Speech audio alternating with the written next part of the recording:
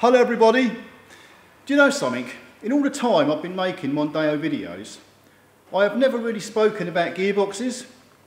I have, however, spoken a lot about clutches and dual mass flywheels, but never gearboxes. Today I've got the chance to do it. Generally speaking, we do not get involved in stripping gearboxes because they require special tools in a lot of cases, and it's just best left to the specialists. But because we've got this large fleet of Mondeo taxis, throughout the years we have taken these boxes apart when they've gone wrong, just to see if we can fix them. And as it turns out, yes we can. So it saves a lot of money if you can do it yourself. And believe me, you could probably fix one of these gearboxes in your garden shed. So I'm going to tell you what's wrong with this gearbox, and I'm going to sort of kind of like loosely show you how I'm going to fix it. But this particular gearbox, it's out of I think it's a 2017 Mark 5 Mondeo 2 litre diesel. And these gearboxes and all the Mondeos, they're pretty much all the same throughout, even from the Mark 1 Mondeos, they haven't changed a great deal until now.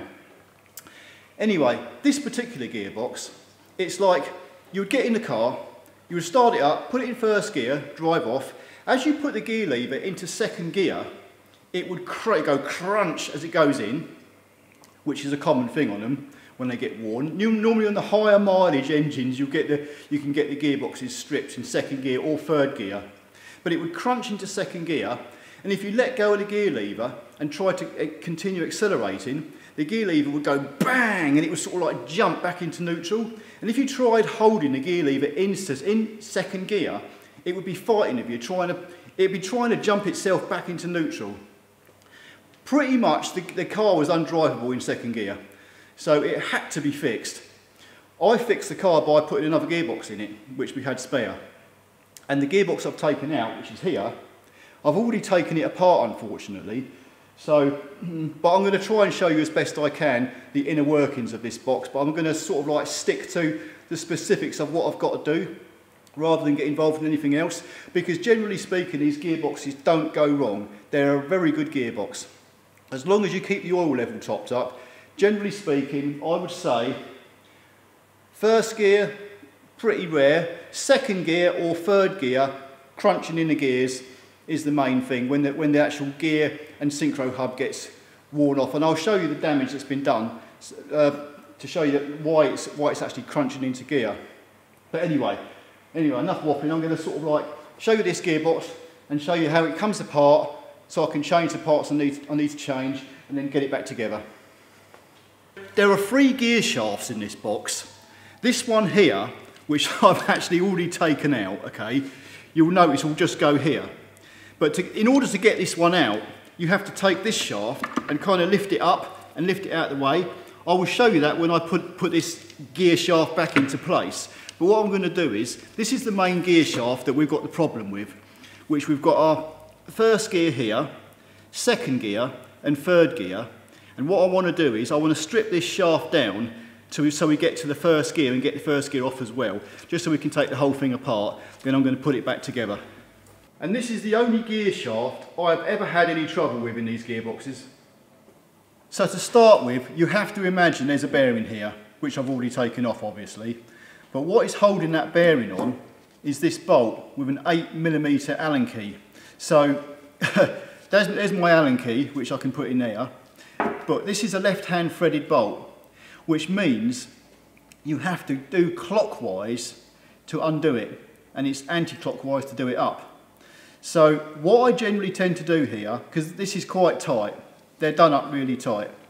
When that's wound in, I get sort of like a big towel, and I'll wrap a towel around this, and then I'll get my air gun on here with an 8mm socket bit, and then I'll undo it with the air gun, and that'll whiz it out. So, but once again, if I can get this started, it's clockwise to undo it. Anyway, the first problem is this. I've already taken the bearing off, unfortunately, but this bearing here has got to be pressed on top of this shaft, okay, or you can tap it down with a hammer and a socket. But I've already taken the old one off. Now you'll notice I've actually cut it off and I've cut it around at an angle. And I've used this like mini cutter to actually do that. The problem is a big angle grinder would be sort of like too messy. So this little cutter does absolutely bloody brilliantly. The only thing you've got to watch out for is, like, I have made a little groove in the shaft, which doesn't really matter because the new bearing's going to cover it anyway. But yeah, this does very well. The reason I'm having to use this is because I don't have the special puller to actually get underneath that bearing and pull it off. So we just use these cutters. So as I was saying, what you would normally do, you would get this plastic bit and you would smash that off with a screwdriver. Just don't lever against the teeth or you could chip the teeth. Lever from the top. Smash the plastic bit off, get rid of all the bearings, get your little cutter and then sort of like cut around until you've cut a groove all the way down through the inner bearing race. Then you can get like a little chisel and give it some lightly taps until it just breaks free, and then you can just slide this off. And as for the other half of this bearing, like the outer race, that's not too difficult to change either. What I use to get these out is a little mini crowbar, and you can't see it on the camera here, but just underneath the bearing race there's a gap, so you can sort of like put your little crowbar in there and then you can just like hook it out, and they come out okay, and then you can just tap a new one in. From here on in, it's not too bad. This first gear should just slide straight off, no problem at all. And you want to pay attention to the little gear bits here, because these are the bits that sort of like get stripped, but this one's okay, so we're not going to worry about this. But once this gear's off, you see you've got like a little roller bearing assembly here, that comes off as well, and that will fit inside that gear. To remove the third and fourth gear synchro hub, I'm going to need a special pair of pliers. As you see here, we've got a circlip that has to be removed. You can use whatever set of circlip pliers you have, but having the correct set of circlip pliers to do this, these particular circlips, in half makes life easy. There, that's off. Now this is third and fourth gear synchro hub. It's basically the part that selects third or fourth gear.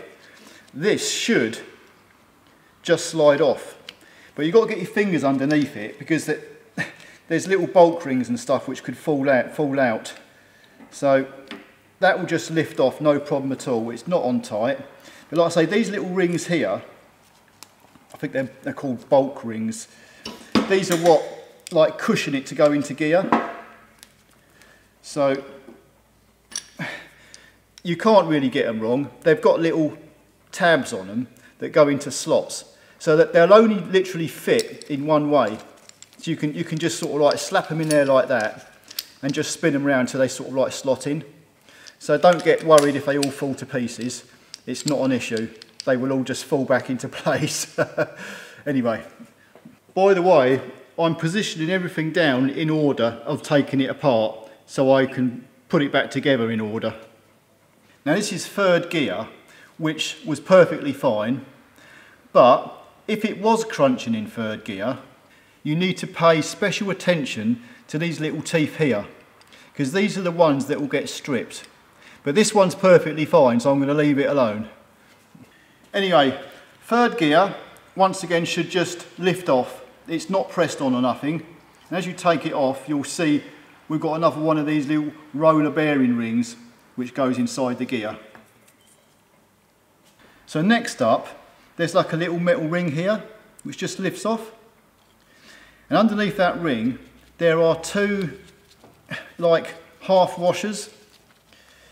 They only fit in one way, because what you will have, there will be like a little flat there which will fit onto this shaft in one position only. So you can only get these in one way. Now this is second gear. This is the gear that it was crunching. So the gear I've got on here is the new gear.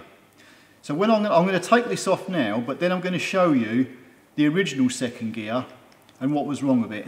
But this second gear will just slide off, and once again another one of these roller bearings, so that will come off and go inside the gear like that.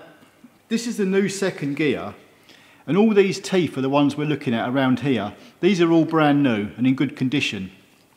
If I move the camera around to the old second gear, you'll see that all these little teeth, they've all been rounded off and chopped at the top. So when the Synchro hub, which also has teeth like this, dogs into these teeth, they can't stay on there because they're all chewed up and rounded off. So it kind of springs back off again. I'm just seeing if I can get a better angle here. This is the brand spanking new second gear.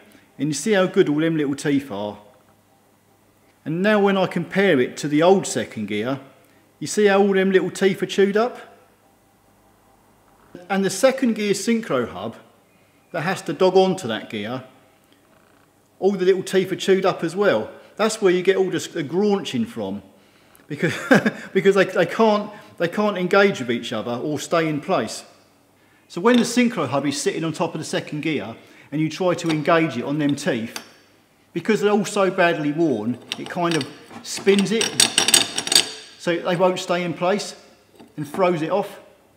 Anyway, this is where it gets a little bit tricky, because this actual first and second gear Synchro, there's another circlip we have to take off first. You can ponce around for a little while trying to get them off. Come on. Yes, we're up.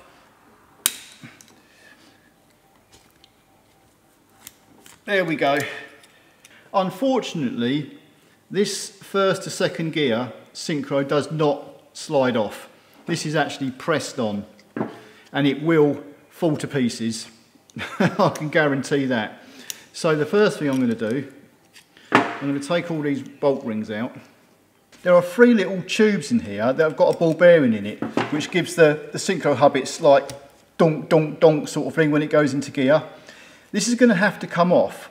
It will fall apart when you try and pull this off anyway, so it's best just to take it apart now. But it's not too bad to put it back together. So I'll lift that off. All you have to do is keep things in order as you take them apart.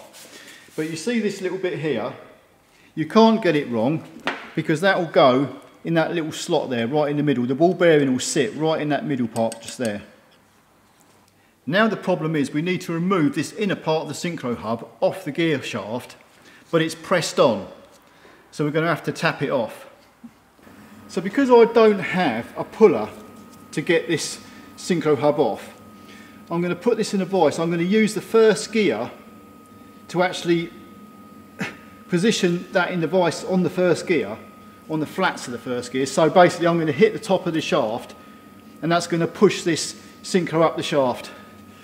So I'll just use a block of wood and a hammer.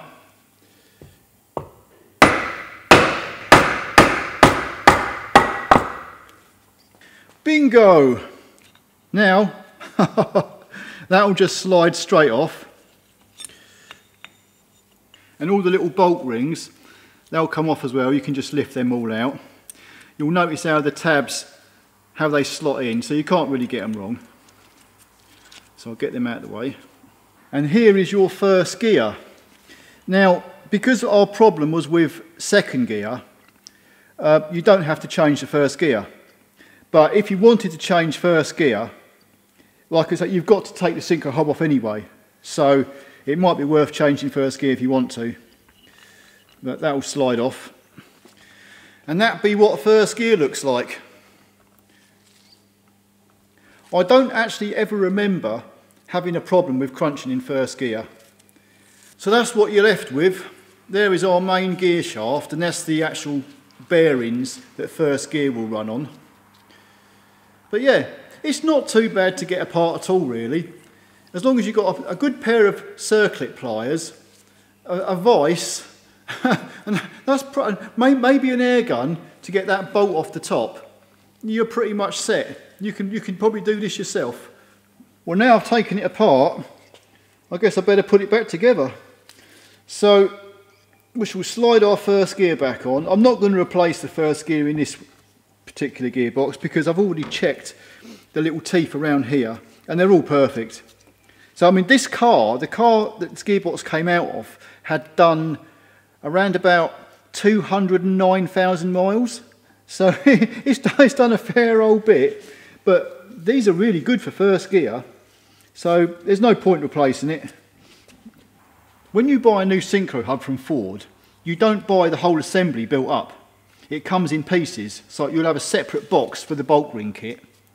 So that'll all come as one little package like that. And the Synchro hub will come like that, obviously with these little bits, but they won't be fitted in, you'd have to fit them in yourself. Just a word of note here, this Synchro hub, you'll notice there's a little chamfered bit here, which is not on the top bit, it's only one way. So that bit there has got to go down towards the bottom of the shaft. Don't get it upside down, whatever you do. Anyhow, we'll take our first bolt ring set, and you see these little tabs here, they will go in the little slots here. So we will put them in first until they click into place. So next up, we're going to put this inner part of the Synchro hub on. You'll notice the little cutouts here, which are going to fit onto your tabs here. But anyway, we're going to have to press this on, so I'll kind of position it to start with. And this time I'm going to fit the gear shaft in the vise using the inner bit of the Synchro hub. That's what we're going to use to knock the shaft through the Synchro this time. Before I knock this shaft in, just make sure that the little tabs are all in the little grooves that they sit in. If you spin the gear, it will dog down, you see. If they're in the wrong place, just spin the gear and they'll drop down. Now, pretty same thing as before, I'm just going to put a socket here on the inner part of the shaft. I'm not touching the bearing at all. And I'm just going to tap this down. They're not pressed on that tight, if you know what I mean. So it doesn't take a great deal to knock them in.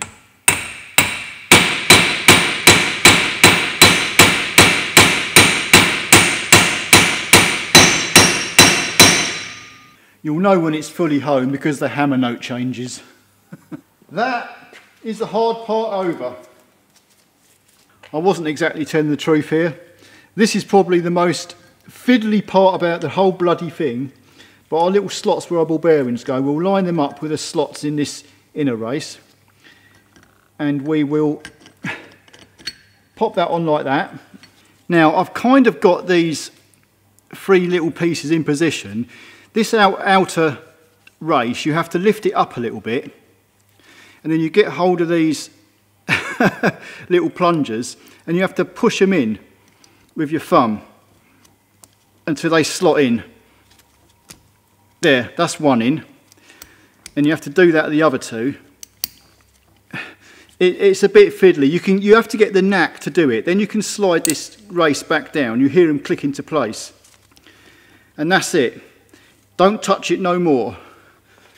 Before I go any further, I'm just going to put the old circlip back in place.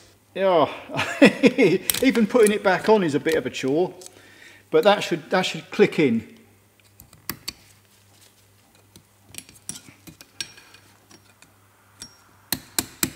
Come on. That's it, that's snapped in. Excellent. Now our second set of bulk rings we're going to put back in. You see the little three tabs here? They're going to go in our three little slots here. So I shall pop that back in. Bingo. Okay, I'll slide our second gear bearing race back on and drop our second gear back in. You'll just note the little cutouts here that you see, they will go into these little tabs here. So I'll pop that on, and once again, if they don't line up, you can just turn the gear until they click in. You'll hear it click in. As I said earlier, there's a little slot in the shaft here, and this is where two halves of this washer, they've got little flat bits on the washer, so they have to go in one position. If you don't get them in right, they won't fit. So both of them will slot on there like that, and then the little retaining ring should go over the top of them and fit snugly. I'll now fit our third gear bearing race in and drop third gear into place. I've checked all the little teeth on third gear and they're all absolutely perfect, so I'm just going to reuse it. third and fourth gear synchro hub, which is so much easier to put on because it just slides onto the splines. Just remember you've got little cutouts in third gear, and the little tabs here on the synchro have got to slot into them tabs. But you haven't actually even got to line them up. You can just put the synchro on the splines, let it go down, and then just turn the gear gently. Oop, that's it, it's slotted into place. Now we've got the lovely task of fitting our final circlip, if I can get hold of it. There. Bingo, that's snapped into place, lovely. And our last gear race and gear. Boop. I'm positioning the centre of the gear shaft on a socket, so I'm not going to put any weight on this actual bearing race here. You will know everything is good because this gear here will be flush with like the shaft, so we know the bearing's going to sit on that nice and flat. This is where we've got to be a little bit careful. Because I don't have a press to press this bearing on, I'm going to have to tap it on, but I'm just going to have to be careful putting it on. So using a socket on the inner race, hopefully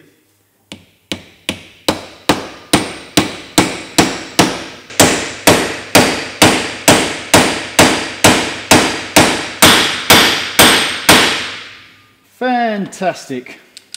That's it. As for our little bolt, I've cleaned the threads up on the wire wheel, and I'm going to put a new bit of Loctite on it, and now screw this in. Remember, it's anti-clockwise to tighten it. So I'll get it started on the threads, and I'm going to wrap a towel around the gear shafts so I can hold it steady rather than trying to do that up and then the gears turning and cutting all my hands to pieces. Okay, got my air gun at the ready. Here goes.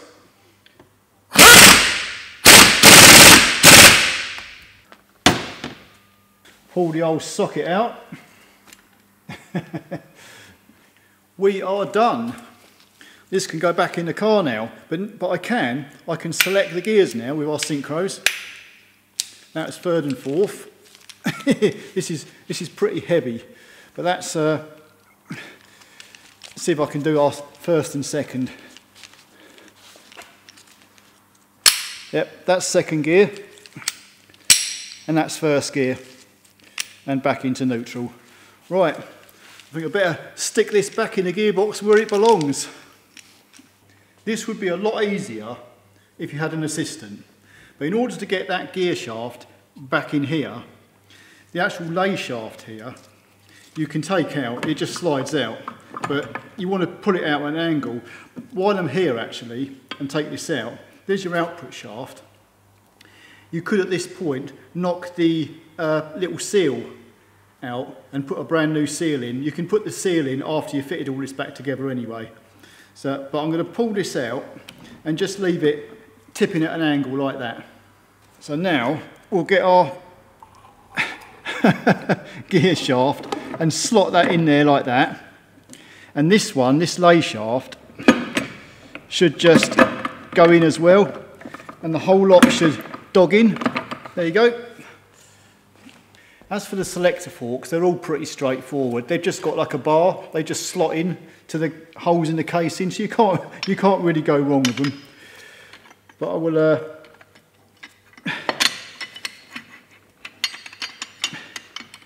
it is fiddly though, I will say. Come on, in you go. There. And then it will just slot into its hole. And the next one, right, you just got to slide them selectors onto the synchros, like so. But on this selector, you've got like a little tab here, which goes onto the bar. So once they've slotted in, just make sure that tab is situated on your bar here, locked in place. Once the two selector mechanisms are in place, there should be a dead straight line through the centre of them all.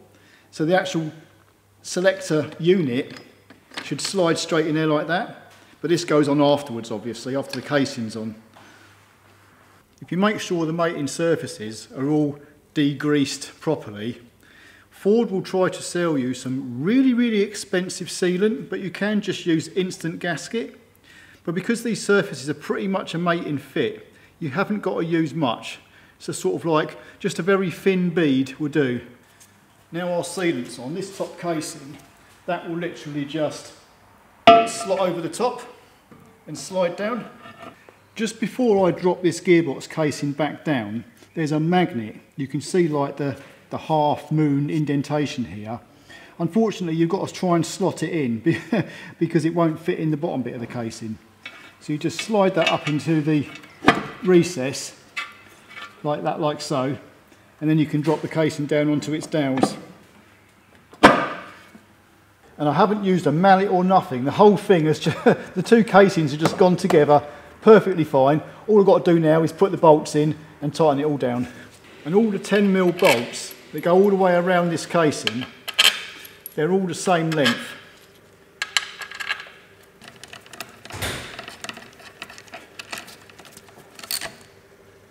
There's also 3 little 10mm bolts which go in the end casing here.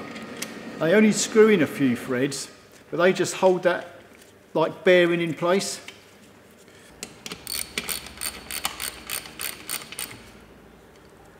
And where our selector mechanism is going to bolt in, just put a little bead of sealant around there. Before I actually fit this selector mechanism, you'll notice there's like a little sensor on the outside of the gearbox casing. That's to tell the ECUs what gear you're in, where the gear positions are. And on your actual selector mechanism, there's the magnetic pickup that sensor reads off. Anyhow, with this in the neutral position, we should be able to just slide that straight through.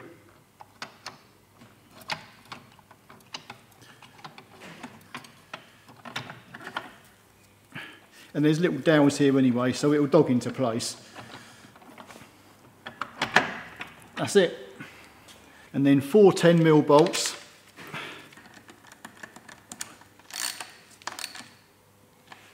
Right, for my next trick, I'm going to have to tip the gearbox up.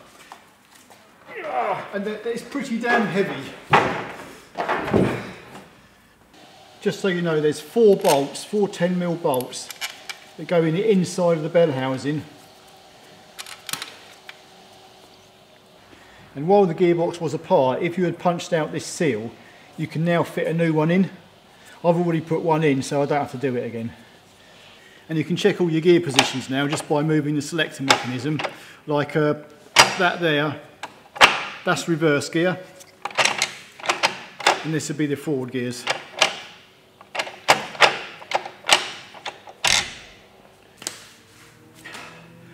That's it then, job done. Don't take this video as a comprehensive guide to replacing the components in that gearbox.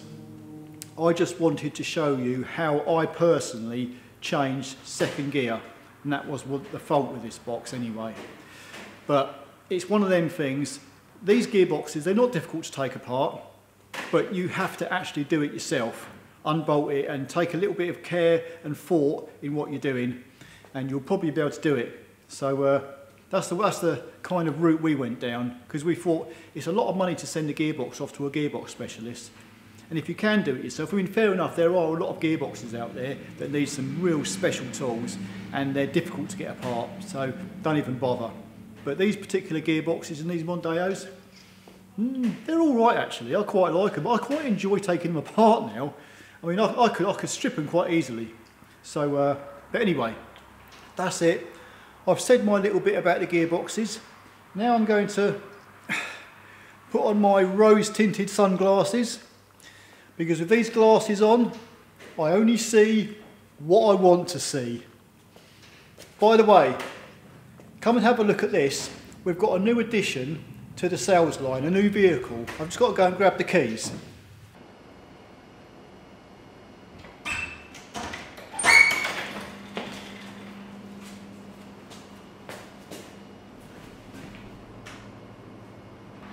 Wow, Moni, love the shades. You know, Alan, with these glasses, I only see what I want to see. I think I'm having a deja vu moment. Anyway, have you got the keys to the El Grande, please?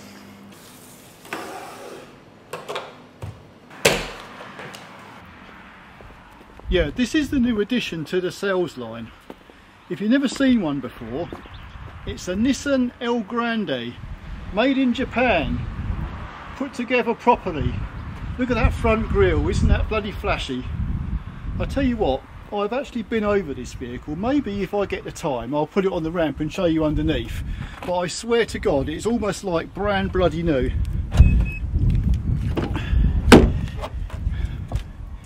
It is a 3.5 litre V6 petrol engine. Yeah, I know fuel is expensive, but these are collector's cars. Someone will absolutely love this. I know they're plentiful in Japan and they're pretty rare over here. It's got all the bells and whistles, this has. Flipping it, look at this. Leather seats, all white leather. A lot of the actual controls and dials, they've all got Japanese writing on them. It's very grand, it's automatic. It's got a nice big screen there. It's got DVD that pops down in the roof. You've got twin sunroofs. The front sunroof is like just a tilt up, but the rear sunroof is a fully electric one. Let me just walk around the other side. Chrome wheels. It's a very flashy vehicle, and there's a button on the remote control. If it works. Oh yeah, look, we've got electric sliding doors. How cool is that? Look at that, it's plush carpet. Flipping remote controllers for your DVDs. Built into the back of the front seats. And further back, how many seats has this thing got?